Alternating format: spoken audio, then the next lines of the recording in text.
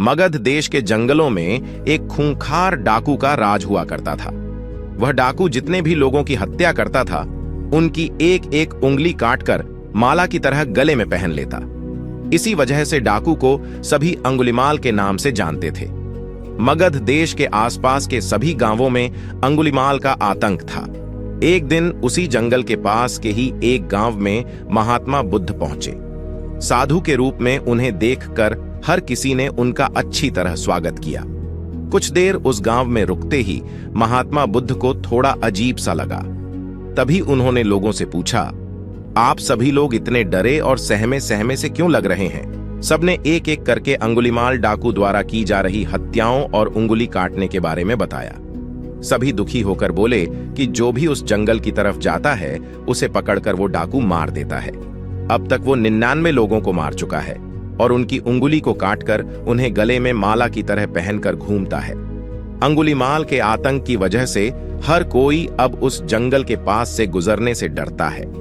इन सभी बातों को सुनने के बाद भगवान बुद्ध ने उसी जंगल के पास जाने का फैसला ले लिया।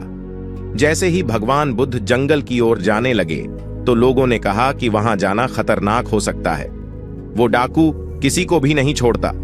आप बिना जंगल गए ही हमें किसी तरह से उस डाकू से छुटकारा दिला दीजिए।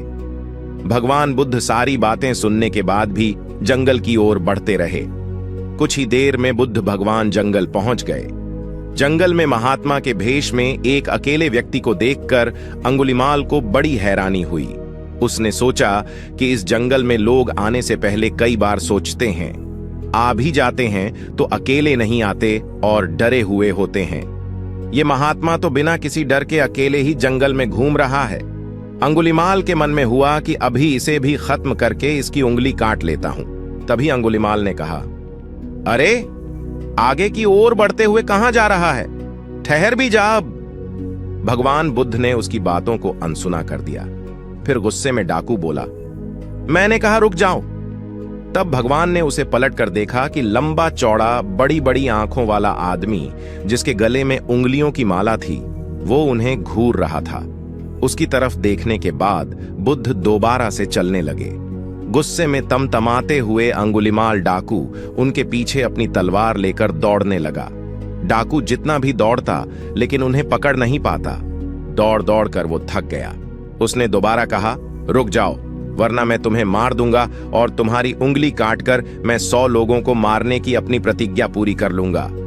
भगवान बुद्ध बोले कि तुम अपने आप को बहुत शक्तिशाली समझते हो ना, तो पेड़ से कुछ पत्तियां और टहनियां तोड़कर ले आओ। अंगुलिमाल ने उनका साहस देखकर सोचा कि जैसा ये कह रहा है कर ही लेता हूं। वो थोड़ी देर में पत्तियां और टहनियां तोड़कर ले आया और कहा, ले आया मैं इन्हें। फिर बुद्ध जी कहने लगे, अब इन्हें दोबारा पेड़ से जोड़ दे। ये सुनकर अंगुलिमाल बोला, तुम कैसे महात्मा हो? तुम्हें नहीं पता कि तोड़ी हुई चीज को दोबारा नहीं जोड़ सकते हैं। भगवान बुद्ध ने कहा कि मैं यही तो तुम्हें समझाना चाहता हूं कि जब तुम्हारे पास किसी चीज को जोड़ने की ताकत नहीं है तो तुम्हें किसी वस्तु को तोड़ने का अधिकार भी नहीं है। किसी को जीवन देने की क्षमता नहीं तो मारने का हक भी नहीं।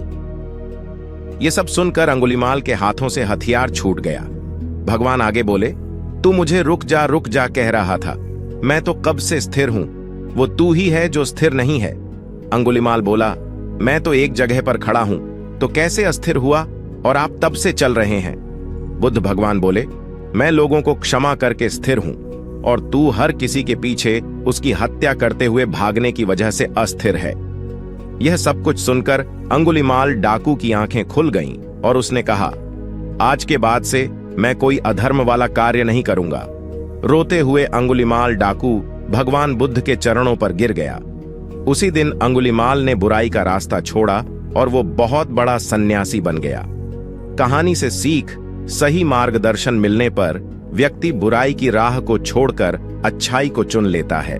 यदि आपको मेरा वीडियो पसंद आ रहा है तो लाइक, शेयर और सब्सक्राइब करना न भूलें।